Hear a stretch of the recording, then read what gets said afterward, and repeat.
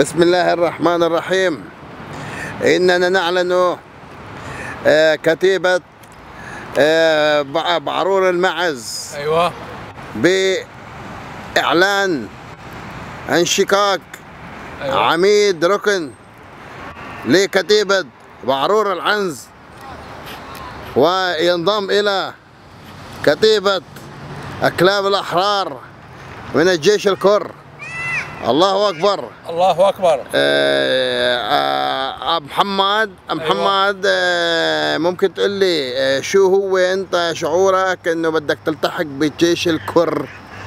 أيوة، أولاً أيوة. بسم الله الرحمن الرحيم. سمينا وتحياتنا للشعب السوري كله. سلمنا.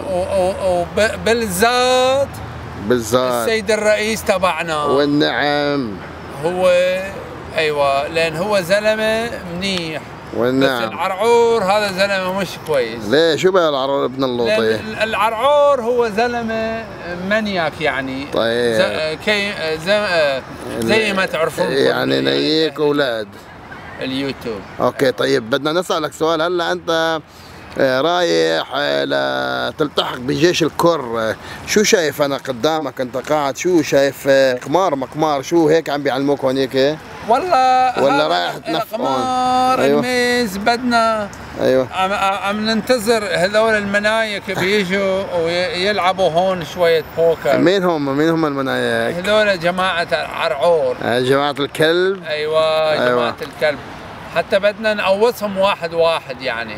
طيب أيوة. هلا طيب وبعدين شو بدك اخر كلام؟ شو بدك تقول للعرعور؟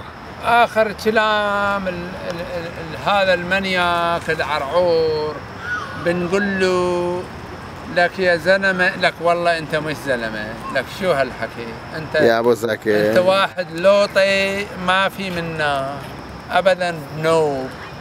ايوه خلاص.